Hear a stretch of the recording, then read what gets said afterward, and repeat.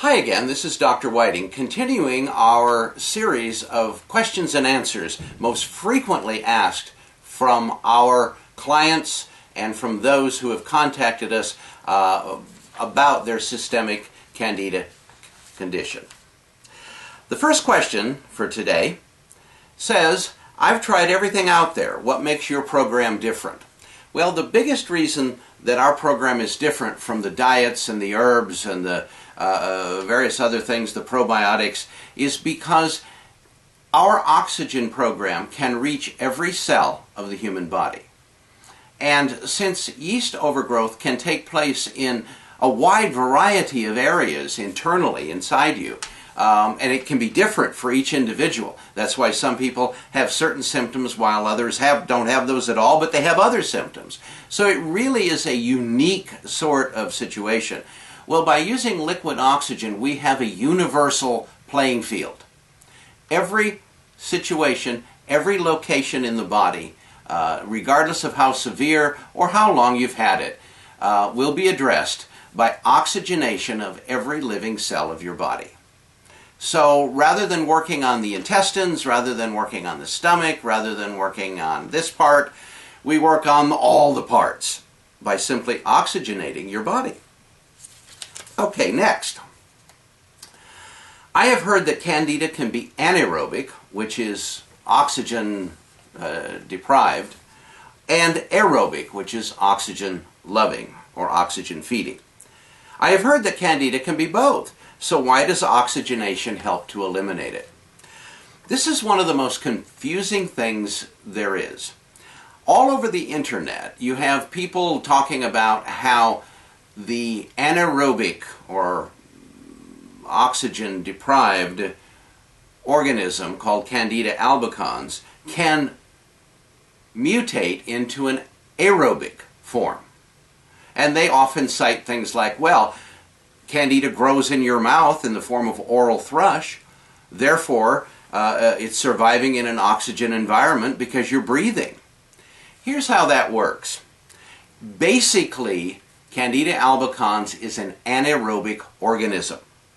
It has the ability to morph, to tolerate, to be able to exist in a certain degree of oxygen environment. However, when you raise that oxygen environment above a certain threshold, which we do with our oxy supplement, the Candida metabolism is completely overpowered, shuts down and dies. That's why when someone has oral thrush, they can literally gargle with our oxy supplement 1 or 2 times a day, and in a matter of a couple days, their oral yeast overgrowth is completely eradicated, in spite of the fact that they're breathing all the time, because we are raising the oxygen level in the environment of that organism above its ability to adapt.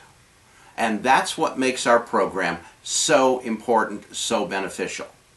So, don't confuse the fact of the nature of the Candida albicans organism. Can it survive in oxygen? Yes, low oxygen levels. Can it survive when you bombard it with super high levels of oxygenation?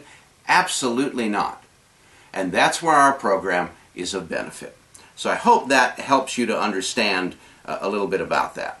Now, if you would like to know more about our programs, certainly more about our Candida program, which is one of the most popular in the country, you can contact our research office at 1-888-454-8464.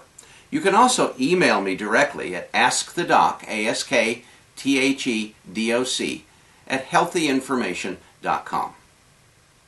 We have a wide variety of research information available to you. We also have a lot of case histories, testimonials from others who have used our program successfully, all available for you to review and for your education.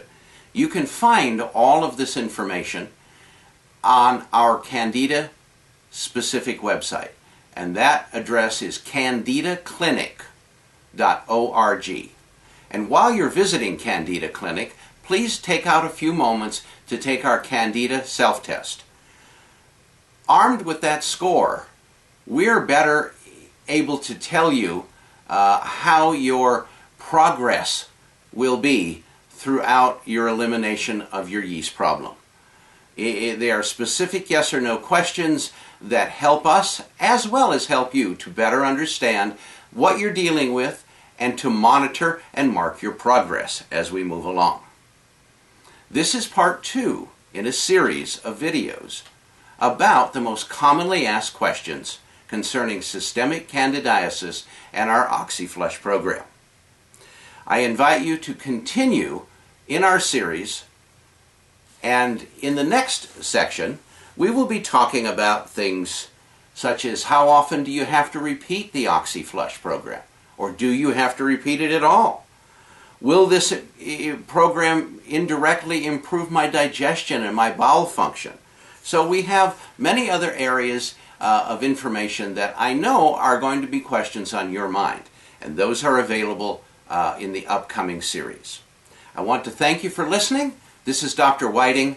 All the best of health.